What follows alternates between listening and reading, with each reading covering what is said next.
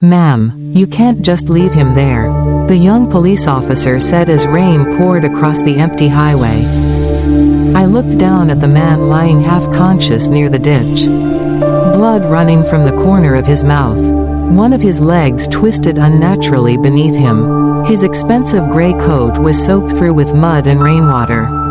And yet somehow, even beaten nearly beyond recognition, he still carried himself like someone powerful. "I'm not leaving him," I replied quietly. 3 weeks later, I would learn that the broken man sleeping on the old recliner in my tiny apartment was one of the richest CEOs in Chicago. But that night, he was just another forgotten soul nobody wanted to help. "I'm glad you're here. Stay with me until the end. And tell me where you're watching from. Sometimes kindness appears in the darkest places imaginable." The rain had started just before my shift ended at Rosie's Diner. At 62 years old, I was too tired for late-night storms. My knees ached constantly these days, especially after standing for 10 hours carrying coffee pots and greasy breakfast plates. But bills didn't care about aching knees. Neither did landlords. Neither did pharmacies. I tied my faded blue Waitress jacket tighter around myself as I stepped into the parking lot. My old Buick coughed twice before finally starting. The heater barely worked, and the windshield wipers squealed every few seconds like they were protesting the weather right along with me. Chicago looked colder at night when it rained. The neon lights blurred against the wet pavement. Traffic thinned the farther I drove from downtown. By the time I reached Miller Road, the highway was nearly empty. That was when I saw him. At first, I thought it was trash blown onto the shoulder, a dark shape near the ditch. But then headlights caught a hand moving weakly against the gravel. I slammed the brakes harder than I should have. For a moment, I just sat there gripping the steering wheel. People don't stop anymore. Not in cities like this. Not for strangers lying beside empty roads after midnight. Especially not older women like me who couldn't afford trouble. But something about him bothered me deeply. Maybe it was the way one arm still tried to push himself up despite obvious pain. Maybe it was because I knew what it felt like to be abandoned when you needed help most. I grabbed my umbrella and hurried through the rain. "Sir?" I called carefully. No response. Up close, he looked worse. Bruises darkened one side of his face. Blood stained the collar of his shirt. His silver hair clung wetly to his forehead, and one of his hands trembled uncontrollably against the pavement. But his watch, even in the rain and darkness, I could tell it cost more than my yearly rent. His eyes opened slightly when I knelt beside him. Cold blue eyes, confused, dazed. "Help," he whispered. Then his body suddenly jerked in pain. I looked around the empty highway. No cars. No sirens. Nobody coming. And deep in my chest, a strange feeling settled over me. This man hadn't just been robbed. Someone had wanted him dead. The emergency room smelled like bleach, stale coffee, and exhaustion. I sat alone beneath the harsh fluorescent lights with my wet Waitress shoes squeaking every time I shifted in the plastic chair. My uniform was still damp from the rain, and my hands wouldn't stop trembling completely. Not from fear. From reality settling in. I had just brought a nearly dead stranger into St. Mary's Hospital at 1:30 in the morning. And I had absolutely no idea why. A young nurse approached me holding a clipboard. "Ma'am, are you family?" "No," I answered softly. "I just found him on the road." She gave me the kind of look people give older women they assume are lonely. Not rude exactly, just distant. "Well, we'll need to contact someone for him. Did he say his name?" I shook my head. The truth was, the man had barely remained conscious during the ambulance ride. Twice, his body locked up in pain so badly I thought he might stop breathing entirely. But even then, he never cried out loudly. He just clenched his jaw and stared forward like a man used to surviving difficult things silently. That stayed with me. Most people scream when they're hurt. This man endured it quietly. I looked through the glass doors toward the trauma wing. Doctors and nurses moved quickly around him while machines beeped steadily in the background. "He's lucky you stopped," the nurse said eventually. "Another 30 minutes out there in this weather." She didn't finish the sentence. I understood anyway.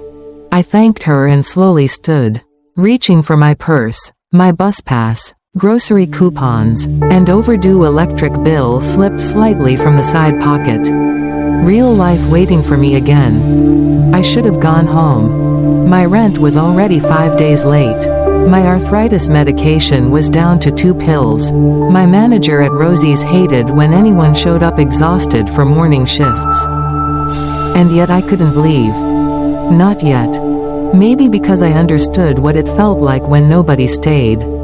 8 years earlier, after my husband Leonard died from a stroke, people disappeared from my life one quiet month at a time. Friends stopped calling. Church visits became occasional. Even my own son in Milwaukee slowly turned into holiday phone calls and rushed birthday cards. Grief teaches you something ugly about the world. People love sadness in small doses. After that, they move on. I think that's why I stayed in that hospital waiting room until nearly sunrise. Around 5 in the morning, the same nurse returned. "He's awake." Something tightened unexpectedly in my chest. "Can I see him?" Just for a minute. The room was dim except for the soft glow of monitors beside the bed. The man looked pale beneath the hospital blankets. One side of his face had turned deep purple from bruising, and his left arm rested stiffly beside him. But his eyes were open now. Sharp. Alert. Watching everything. For a moment, neither of us spoke. Then his gaze moved toward me. "You stopped," he said weakly. His voice surprised me. Educated, calm, the kind of voice that once gave orders people listened to immediately. "Yes," I replied, "I did." He stared at the ceiling for several long seconds before speaking again. "They weren't supposed to leave me alive." A cold chill moved through me. Before I could ask what he meant, 2 doctors suddenly entered the room speaking urgently to each other. One of them noticed me immediately. "Family only right now, ma'am." I nodded and quietly stepped back toward the hallway. But just before I left, I noticed something on the television mounted silently in the corner of the room. A news station. A photograph flashed briefly across the screen. A silver-haired man in an expensive suit standing beside the words, "Missing billionaire CEO, reward offered." And for one terrifying second, I could have sworn it was him. I barely slept after leaving the hospital.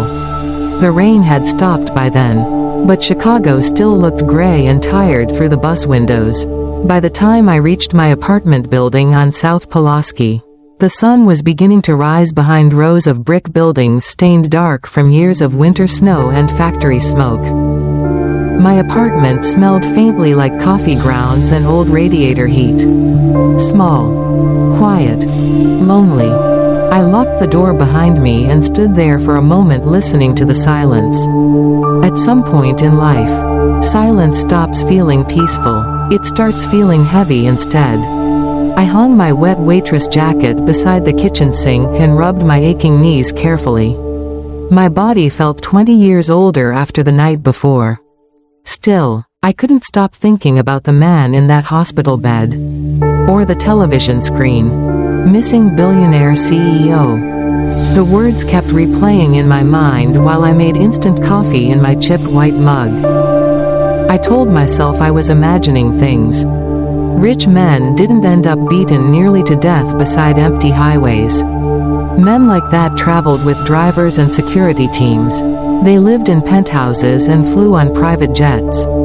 They didn't whisper things like, "They weren't supposed to leave me alive." I sat down at my tiny kitchen table and turned on the morning news. And there he was again. The same silver hair. The same cold blue eyes. The same face, only cleaner and smiling beside reporters and business executives. Billionaire CEO Charles Beaumont remains missing for the fourth consecutive day. The anchorwoman said, police suspect possible foul play after his vehicle was discovered abandoned near Interstate 55. A photograph of a black SUV filled the screen. My stomach tightened immediately. I recognized the location. That road was less than 10 minutes from where I found him. The news continued playing while I stared silently at the television. Beaumont Global Industries stocks dropped nearly 12% yesterday amid uncertainty surrounding leadership of the company. Vice Chairman Daniel Beaumont, the CEO's younger brother, released a statement late Tuesday asking for privacy during this difficult time. Then the screen showed another man. Younger. Polished. Expensive smile. But something about his eyes unsettled me instantly. I'd spent 30 years serving coffee to strangers. Truck drivers, lawyers, tired mothers, men hiding affairs, women hiding bruises. After enough years, you learn how to recognize certain things. And Daniel Beaumont looked like a man pretending to be worried. I switched the television off. My coffee had gone cold. Outside, sirens echoed faintly through the city while pipes rattled behind my apartment walls. Normally, I would have been getting ready for another shift at Rosie's. But my manager had texted 30 minutes earlier saying the diner lost power during the storm. For the first time in months, I had nowhere to be. And somehow that felt dangerous. My eyes drifted toward the hospital bracelet still wrapped loosely around my wrist. One of the nurses had placed it there temporarily while I filled out paperwork as the reporting witness. Witness. The word sat strangely in my chest. Not helper. Not good Samaritan. Witness. I tried distracting myself by folding laundry. Then by paying bills. Then by cleaning the kitchen counters that were already clean. Nothing worked. By noon, I finally gave up and returned to St. Mary's Hospital. The young nurse from earlier recognized me immediately. "You came back," she said with mild surprise. I suddenly felt embarrassed. I just wanted to make sure he was all right. Her expression changed slightly then. Softer somehow. "He's asking for you." My heart skipped unexpectedly. "For me?" She nodded. "He refuses to speak much to the police. But he keeps asking about the waitress who found him." I followed her quietly down the hallway. And deep inside, I had the uncomfortable feeling that my life was about to become far more complicated than I was prepared for. Charles Beaumont looked different in daylight. Not weaker exactly. Just older. The bruises along his face had darkened overnight. And there was something fragile now about the way he held himself in the hospital bed. One side of his body barely moved beneath the blankets. Tubes and monitors surrounded him quietly, their steady beeping filling the room between long stretches of silence. But his eyes remained sharp. Watching everything. Watching me. The nurse closed the door behind us softly. For a moment, neither of us spoke. Then he nodded once toward the chair beside the bed. "You came back." His voice sounded rougher today, like every word cost him effort. I sat carefully, placing my purse on my lap. "You asked for me." A faint expression crossed his face. Not quite a smile, more like surprise. Most people would have walked away after hearing who I am. I looked down briefly at my worn shoes. I almost did. That seemed to interest him. "Why didn't you?" The truth came out before I could soften it. "Because I know what it feels like when people stop seeing you as human." Silence settled again after that. Outside the room, I could hear carts rolling down the hallway and nurses speaking softly near the station desk. Hospital sounds, tired sounds. Charles studied me carefully. "You work at the diner off Archer Avenue," he said eventually. I blinked in surprise. "How do you know that?" "You smell like coffee and fryer grease." For the first time since meeting him, I laughed quietly. A small laugh, but real. Something shifted slightly in his expression then. Like hearing normal laughter reminded him of a life outside hospital walls and boardrooms. "I'm Evelyn," I said finally. "Evelyn Carter." "Charles." As if the entire country didn't already know his name. I noticed his left hand trembling faintly against the blanket. Not fear, nerve damage maybe.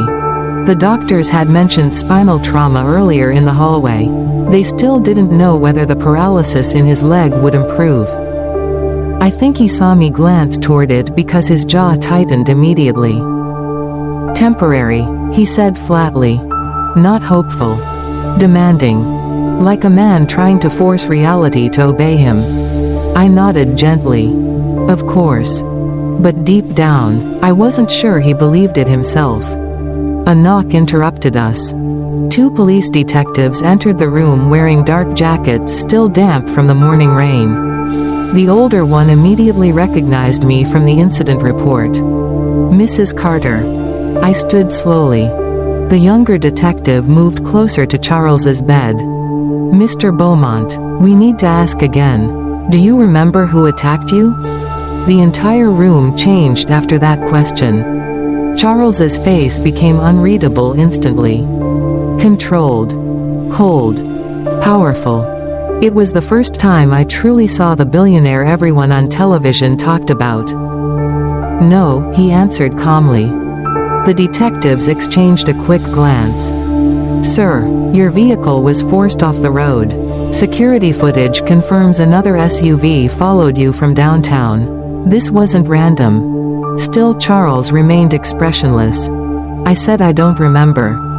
The older detective sighed softly. "Your brother is extremely concerned." Something dangerous flickered briefly across Charles's eyes then. So quickly I almost missed it. "My brother," he repeated quietly. Nobody spoke for several seconds. Then Charles looked toward me instead.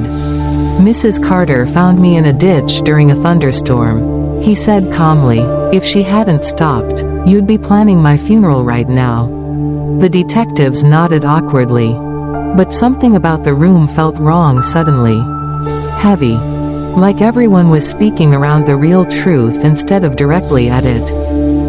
After they finally left, Charles leaned back against the pillows slowly, exhausted from the conversation. Then without looking at me, he said something that made cold chills spread through my chest. "They already know I'm alive." I stared at him. "Who does?" His eyes moved toward the rain-covered hospital window. "The people who tried to kill me." I didn't know what frightened me more. The fact that Charles Beaumont believed someone wanted him dead.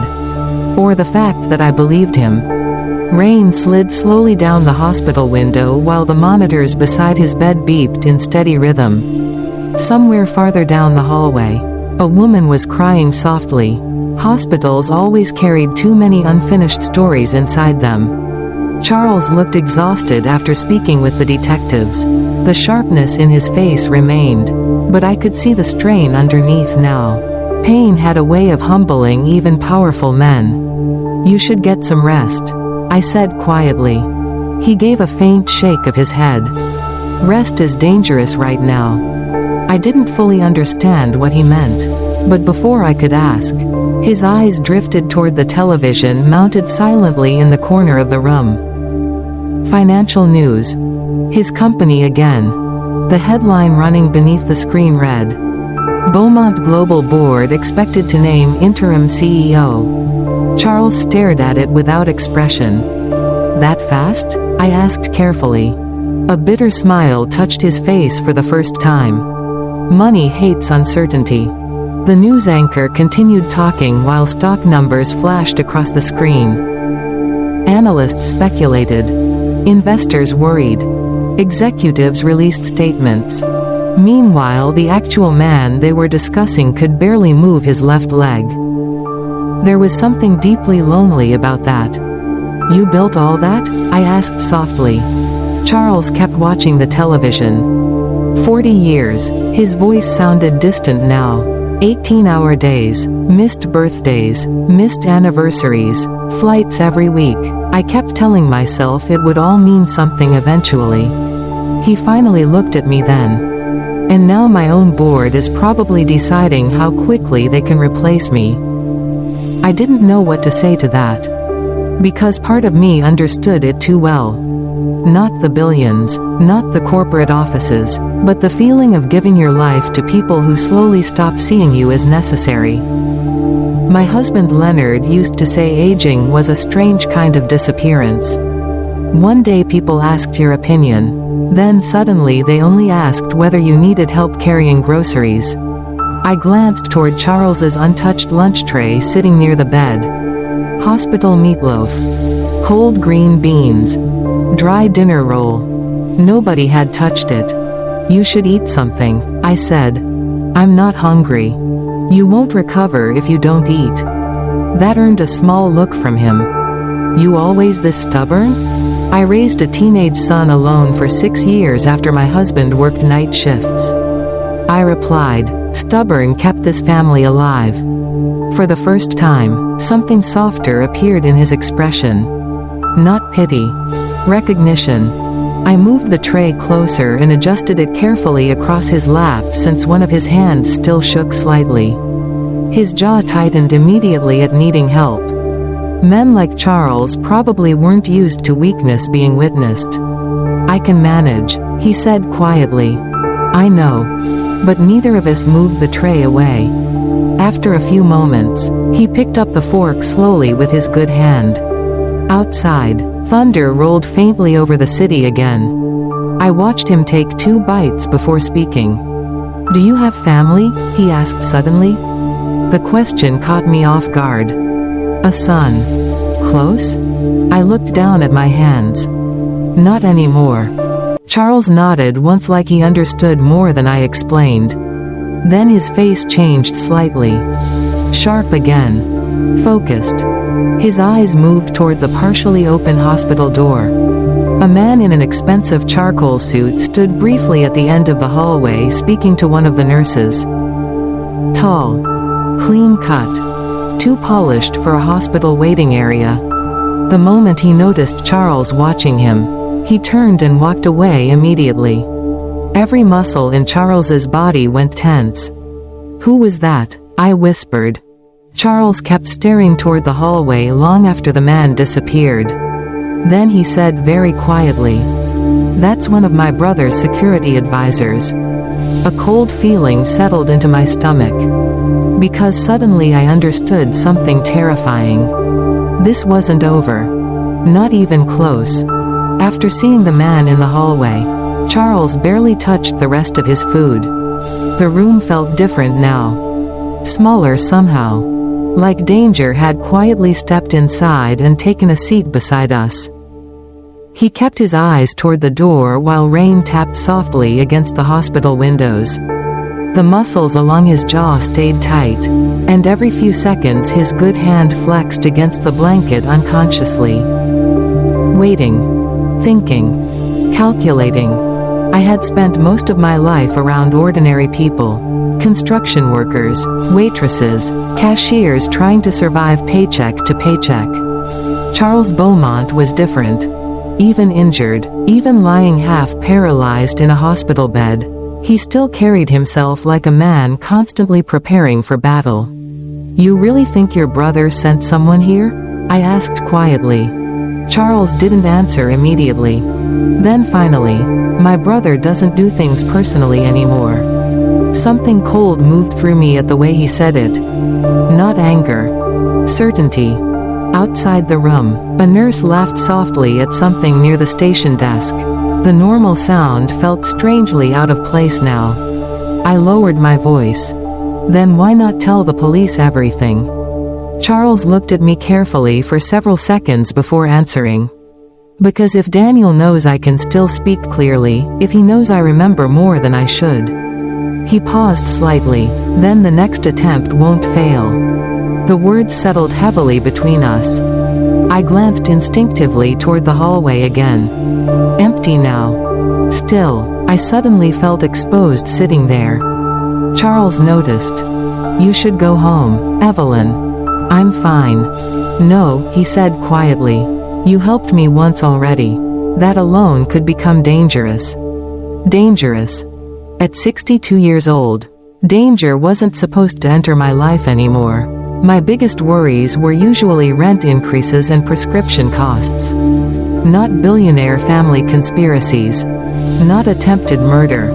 And yet part of me already knew I wasn't walking away from this. Maybe because I saw something painfully familiar in Charles. Not the wealth. The isolation. The realization that the people closest to you might not actually love you at all. A doctor entered a few minutes later carrying a tablet. Good news, she said carefully. Your spinal swelling has decreased slightly. Charles remained expressionless. And the leg? We still don't know. The doctor explained physical therapy, rehabilitation, possible nerve recovery, medical words, careful words, the kind doctors use when they don't want to promise hope too early. Charles listened without interrupting. But I watched his eyes. Every time she mentioned permanent damage, something hardened behind them. When she finally left, silence filled the room again. Then unexpectedly, Charles spoke. I grew up poor. I looked at him in surprise. My father owned a machine shop. He continued quietly. Tiny place, South Side, 12 employees. A faint smile touched his face briefly. Daniel hated it, said we were nobodies. His eyes drifted toward the rain outside. I built Beaumont Global because I never wanted anyone in my family to feel powerless again. The irony hung heavily in the room. Now his own empire might destroy him. I sat quietly for a moment before asking, did your brother always want the company? Charles gave a humorless laugh. He wanted everything. Before I could respond, his phone suddenly buzzed on the bedside table. Both of us froze instantly. The hospital had recovered it from his destroyed vehicle earlier that morning. The screen lit up with a single message from an unknown number. You should have died on that road. My stomach dropped. Charles stared at the screen without moving. Then another message appeared. Next time, she dies too. For several long seconds, neither of us spoke. Rain continued tapping softly against the windows. Monitors beeped steadily beside the bed. And for the first time since finding him beside that highway, I truly understood something terrifying. Whoever was after Charles Beaumont now knew about me too. I stared at the phone screen until the words blurred together. Next time, she dies too. A strange numbness spread through my chest. Not panic exactly. Just disbelief. Because moments like that never feel real at first. They feel like scenes from television. Things that happen to important people in expensive suits. Not to tired older women who spent their nights pouring coffee at roadside diners. Charles slowly locked the phone screen. His face had gone completely still. I'm sorry, he said quietly. The words surprised me. Not because he apologized. Because he sounded sincere. I crossed my arms tightly against myself. Your brother sent that? I don't know if Daniel sent it personally. Charles looked toward the dark hospital window again. But someone close to him did. Outside, the sky had already turned darker again. Chicago winters always swallowed daylight too early. The city looked cold even from 10 stories above the street. I suddenly wanted to go home. Not because I thought the threat was immediate. Because I felt old. Tired. Overwhelmed. This was too large for someone like me. Charles must have noticed the shift in my face because his voice softened slightly. You didn't ask for any of this. No, I admitted quietly, I didn't. For a moment, the billionaire CEO disappeared again, and all I saw was another exhausted human being carrying too much damage. I can have security move you somewhere safe, he said. I almost laughed at that. "Mr. Beaumont, my apartment has a broken radiator and neighbors who argue about lottery tickets through paper-thin walls." I shook my head faintly. People like me don't get moved somewhere safe. Something painful crossed his expression then. Not pity. Awareness. Maybe for the first time in years, Charles Beaumont was being forced to see how differently ordinary people lived. A nurse entered to check his medication a few minutes later. Young girl, probably 25 at most. She smiled politely at Charles, adjusted his IV, then leaned closer to me quietly. "There's a man downstairs asking questions about you." Every muscle in my body tightened instantly. "What kind of questions?" She said he claimed to be insurance personnel. The nurse frowned slightly, but he kept asking where you lived. Charles looked up immediately. What did he look like? Tall, gray coat, earpiece. The room fell silent. The nurse sensed something was wrong because her expression changed immediately. "Should I call security?" Charles answered before I could. "Yes." The nurse left quickly. I stared at him. How would they even know who I am? "You were listed in the police report," he said quietly, "and people working for Daniel know how to find information fast." I suddenly remembered my apartment building. The weak lock on the downstairs entrance. The flickering hallway lights. The fact that anyone could follow me home from Rosie's diner without difficulty. Fear finally arrived then. Real fear. Not dramatic. Not loud. Just cold. Charles watched me carefully before speaking again. "You can't go back there tonight." "I don't exactly have another option." "Yes, you do." I frowned slightly. He reached slowly toward the bedside drawer with his good hand and removed a small leather card holder. Inside was a black business card with nothing except a phone number embossed in silver. "Call this man," Charles said. "His name is Marcus Hale. Former military. He's the only person I still trust completely." I stared at the card without taking it. "You really think all this is necessary?" Charles held my gaze steadily. Then very quietly, he said, "Evelyn, the people who left me on that road didn't fail because they showed mercy."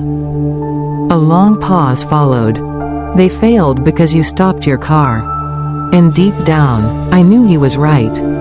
I left St. Mary's Hospital just after sunset with Charles's black business card still clutched tightly in my hand.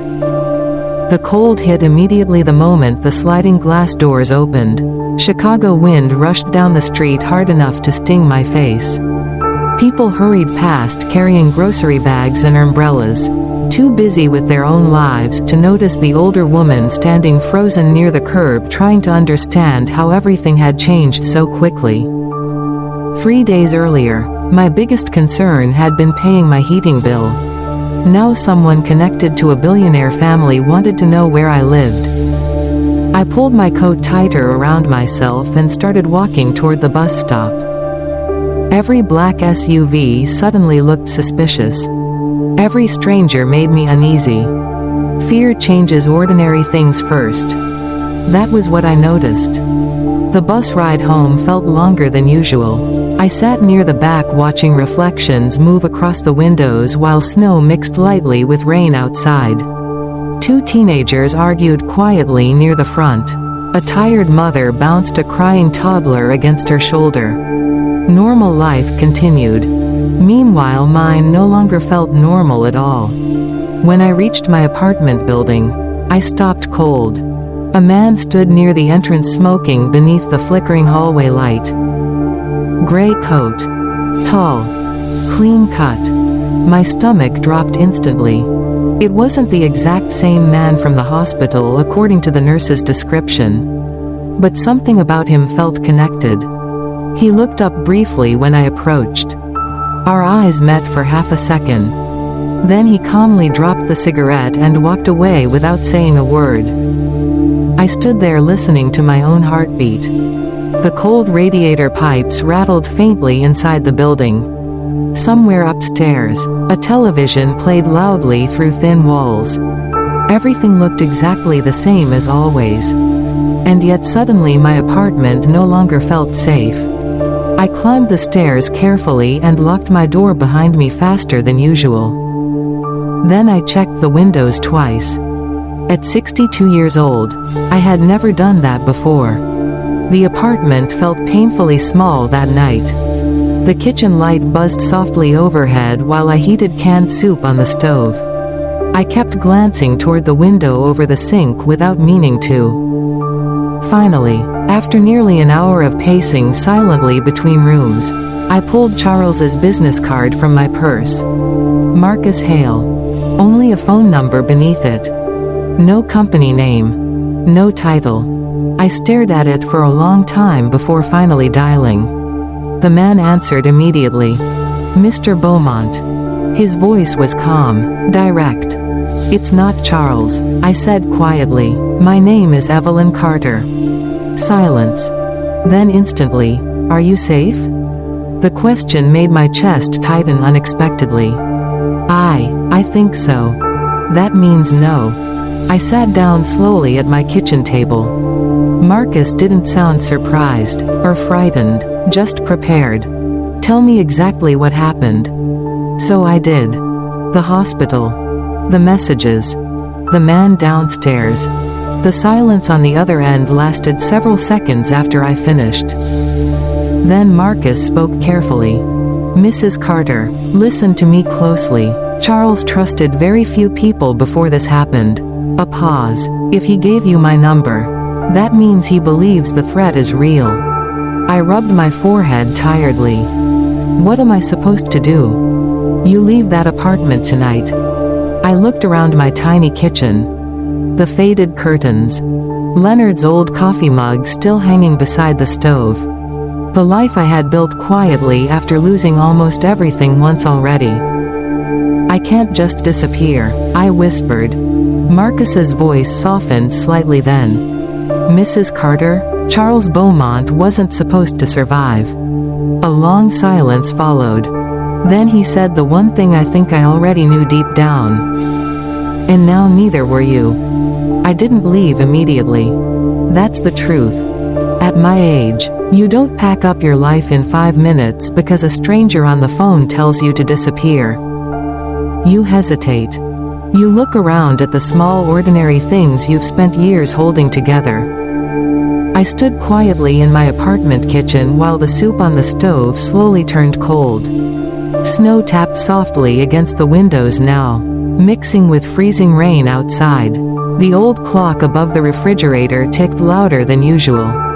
Marcus stayed on the phone the entire time. Mrs. Carter, he said calmly, has anyone else approached you besides the man downstairs? No. Any strange vehicles near the building? I thought for a moment. Then my stomach tightened. There was a black SUV across the street earlier. Silence. How long? I don't know, maybe 20 minutes. His voice became sharper immediately. You need to leave now. Fear rose inside me again then. Real fear, heavy fear. Not panic. The kind that settles deep in your chest and stays there. I opened my bedroom closet slowly and pulled out an old overnight bag Leonard and I used years ago during road trips to Wisconsin. The zipper stuck halfway from age. My hands shook while packing. 2 sweaters. Medication. A framed photo of Leonard I couldn't leave behind. I suddenly realized how little of my life actually mattered in emergencies. Years reduced to one small bag. You have family nearby? Marcus asked. My son lives in Milwaukee. Can he help? I looked down at the floor quietly. We haven't spoken much lately. Marcus didn't push further. People who work around danger probably learn quickly when silence means pain. I moved through the apartment, turning lights off one by one. Living room, kitchen, bathroom. Every room looked smaller in darkness. Older too. Before leaving, I paused beside Leonard's recliner near the window. For 8 years, that chair had remained exactly where he left it. Sometimes grief doesn't leave dramatically. It just settles into furniture. You still there? Marcus asked gently. Yes. Good. There's a black sedan waiting 2 blocks south on Harding Street. Driver's name is Luis. Tell nobody where you're going. I frowned immediately.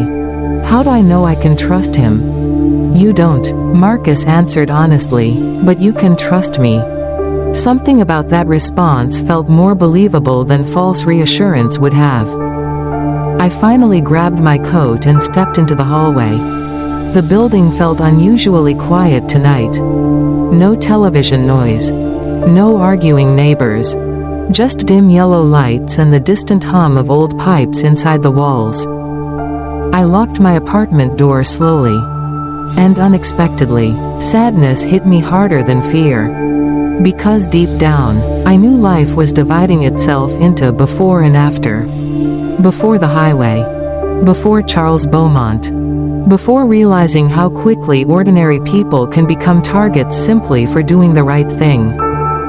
Outside, the cold wind cut through my coat immediately. The street looked almost empty except for patches of dirty snow along the sidewalks. But halfway down the block, I noticed it again. The same black SUV. Parked beneath a broken street lamp. Engine running. My heart started pounding hard enough to hurt. The windows were tinted dark, but I could feel someone watching me. Then suddenly the driver's side door opened. A tall man stepped out. Gray coat. The same man from earlier downstairs. For one frozen second, neither of us moved. Then he started walking toward me. Fast. Mrs. Carter. Marcus's voice said sharply through the phone. Run. I ran. At 62 years old, with bad knees and winter air burning my lungs, I ran harder than I had in years. The overnight bag slammed awkwardly against my side while icy wind cut across the street. Behind me, I could hear footsteps growing louder on the wet pavement. Fast. Controlled. Not someone trying to scare me. Someone trying to catch me. Left, Marcus shouted through the phone. Turn left at the alley. I obeyed without thinking. Fear strips life down to instinct. The alley smelled like snow, garbage, and old brick soaked by freezing rain. My shoes slipped slightly against the pavement as I pushed forward, breathing hard. Behind me, the man shouted, Mrs. Carter. I didn't stop. Something about hearing my name terrified me more than anything else. Because it meant this wasn't random anymore. They knew exactly who I was. A pair of headlights suddenly flashed at the far end of the alley. Black sedan. Engine running. The passenger door swung open immediately. Get in, a voice barked. I stumbled inside just as the gray-coated man reached the mouth of the alley. The sedan accelerated instantly, hard enough to throw me sideways against the seat. My chest heaved painfully while city lights blurred outside the windows. The driver, a broad-shouldered Hispanic man in his 40s, checked the mirrors constantly while weaving through traffic. Luis? I asked breathlessly. He nodded once. Marcus sent me. I looked back through the rear window. The SUV had emerged from the alley now, following us. Cold fear settled deep into my stomach. This is insane, I whispered. Luis didn't answer immediately. Then quietly, you saved the wrong rich man, ma'am. The city rushed past outside. Downtown lights. Train tracks. Wet streets reflecting red brake lights across the pavement. Normal people eating dinner somewhere while my entire life unraveled inside a speeding sedan. Luis finally handed me a small bottle of water from the console. Drink. My hands shook badly while opening it. You armed? He asked suddenly. I almost laughed. I'm a waitress. That earned the faintest hint of a smile from him. The phone in my hand buzzed again. Marcus. Are you secure? For now. Good. Listen carefully. Charles's brother called an emergency board meeting tonight. I frowned. At night? He's moving fast because he thinks Charles won't recover publicly. Marcus paused briefly. If Daniel officially takes control of Beaumont Global before Charles can respond, he'll bury everything. I looked back again. The SUV was still there. Not close, but steady. Following. What happens if they catch Charles first? I asked quietly. Silence. Then, they finish what they started. Louise suddenly turned sharply beneath an overpass, cutting across 2 lanes. The SUV overshot the turn and disappeared briefly into traffic. For now, we lost them, he muttered. I leaned back against the seat, exhausted. My knees ached. My chest hurt. I wanted my tiny apartment back, my boring life, my quiet nights at Rosie's Diner pouring coffee for truck drivers who complained about weather and football games. Instead, I was hiding from powerful men in downtown Chicago. The sedan finally slowed outside an older brick building near the riverfront. No sign, no lights except one glowing window upstairs. Luis parked carefully. "Safe house," he said. I stared at the building uncertainly.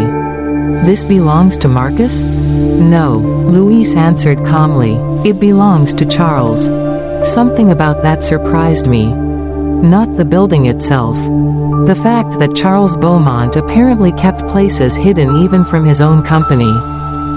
As we stepped out into the freezing night air, my phone buzzed one final time. Unknown number. I hesitated before opening the message. Then my blood ran cold. "We know where he's hiding." And beneath the text was a photograph of Charles lying unconscious in his hospital bed. My hands went numb holding the phone. The photograph had clearly been taken inside St. Mary's Hospital only minutes earlier. Charles lay unconscious in the bed while monitors glowed beside him. Someone had been inside his room, watching him, watching us. Luis saw my face immediately. "What happened?" I handed him the phone silently. His expression darkened the moment he saw the image. "Damn." He grabbed his own phone and stepped several feet away. Speaking rapidly in low Spanish I couldn't fully understand. The only words I caught clearly were, "hospital compromised." The freezing wind coming off the river suddenly felt much colder. I looked up at the building in front of us. Old brick, dark windows, no sign anyone important would ever hide there. Good. Maybe that was the point. Luis returned a minute later. "Marcus is moving Charles tonight." Moving him where? Safer location. I almost laughed at that word again. Nothing about any of this felt safe anymore. Inside, the building was surprisingly warm. Old hardwood floors creaked softly beneath our feet as Luis led me upstairs into a modest apartment overlooking the river. Not luxurious, just quiet. A gray-haired woman sat near the kitchen table reading. She looked up calmly as we entered. "This is Evelyn," Luis said. Marcus called ahead. The woman nodded once. "I'm Nora." No questions. No curiosity. Just calm acceptance. Like people arrived frightened in the middle of the night all the time here. She poured me a cup of tea without asking whether I wanted any. That simple kindness nearly broke something inside me. I wrapped my hands around the warm mug while snow drifted quietly outside the windows. My entire body finally began feeling the exhaustion I'd been outrunning for days. Fear takes energy. So does confusion. Nora sat across from me quietly. "You knew Charles long?" I asked eventually. 23 years. That surprised me. "You work for him?" A faint smile crossed her face. "No, I used to work for his wife." Something changed in her expression after saying that. Sadness maybe. What happened to her? She died. Nora looked down into her own tea. Cancer. Long time ago. The apartment fell quiet again after that. I suddenly realized something important. For all his money and power, Charles Beaumont seemed deeply alone. No wife. No children mentioned. A brother trying to replace him. Board members circling his company before he was even fully conscious. And somehow, despite billions of dollars, the only people truly helping him now were former employees and strangers. The television in the corner played softly with closed captions running beneath financial news. Then suddenly Charles's face appeared again. Breaking. Beaumont Global announces emergency leadership transition. A reporter stood outside the company headquarters downtown while cameras flashed behind her. Vice Chairman Daniel Beaumont is expected to assume temporary operational control following the presumed incapacitation of CEO Charles Beaumont. Presumed incapacitation. The phrase made my stomach turn. Charles was alive. Fighting. And already they were erasing him. Nora muted the television quietly. "They've wanted control for years," she said softly. "Who?" "Board members. Investors. Daniel most of all." She sighed faintly. Charles built the company. Daniel learned how to survive inside it. There was a difference. I understood that immediately. One man creates. Another waits. Outside, snow continued falling harder now, covering the streets below in white silence. Then suddenly Luis's phone rang again. He answered instantly. His face changed after only a few seconds. "What is it?" I asked. Luis lowered the phone slowly. "Charles is gone." Cold fear shot through me. "What do you mean gone?" "He disappeared from the hospital 10 minutes ago." The room went completely silent. Then Luis added quietly. "And security cameras show he didn't leave alone." For 3 days, nobody knew where Charles Beaumont was. News stations called it a medical disappearance. Financial analysts called it a corporate crisis. His brother Daniel stood in front of cameras looking appropriately concerned while Beaumont Global stock continued falling across every business channel in America. But deep down, I think Daniel already believed he had won. Powerful people often mistake silence for weakness. That was his mistake. On the 4th morning, Marcus finally arrived at the apartment near the river. Tall, calm, exhausted.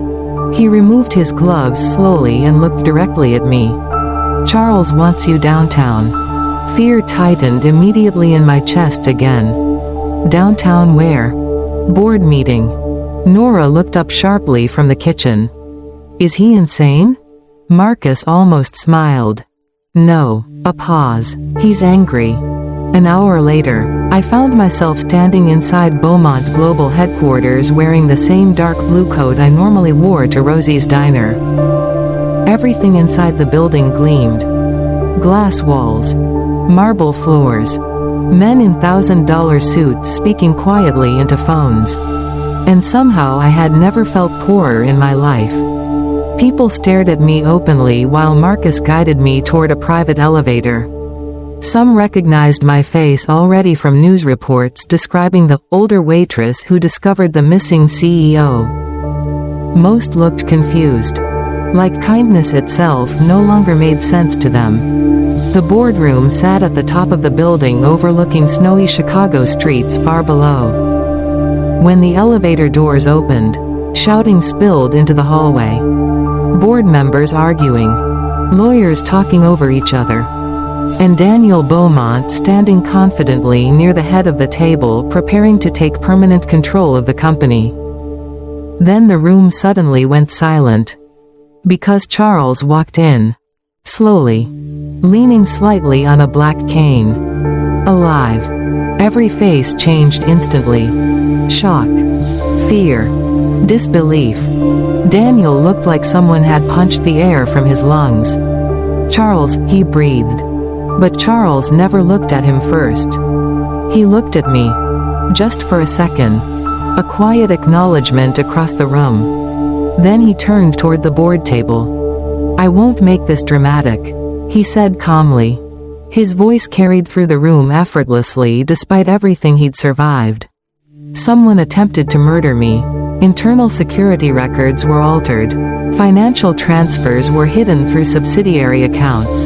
He paused slightly, and several people in this room helped cover it up. No one moved. Outside the windows, snow fell softly across the city. Charles placed a thick folder onto the table.